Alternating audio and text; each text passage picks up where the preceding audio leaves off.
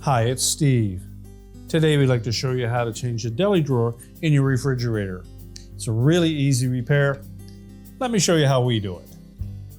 Now obviously changing the deli drawer is a very simple procedure. You would simply remove the old one and slide the new one into place.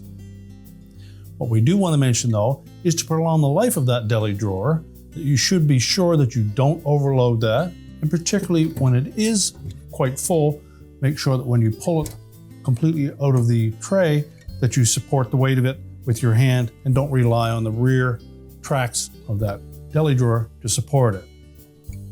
To clean it, simply remove it and any items in it and wash it with warm, soapy water. Rinse well, allow it to dry, and then you can put it back into the refrigerator. So to replace it, we're simply going to remove the old one if it's still in place. When installing the new one, make sure that both tracks are lined up.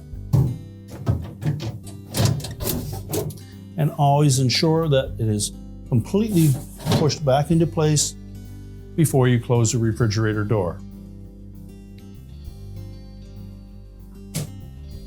And your repair is complete.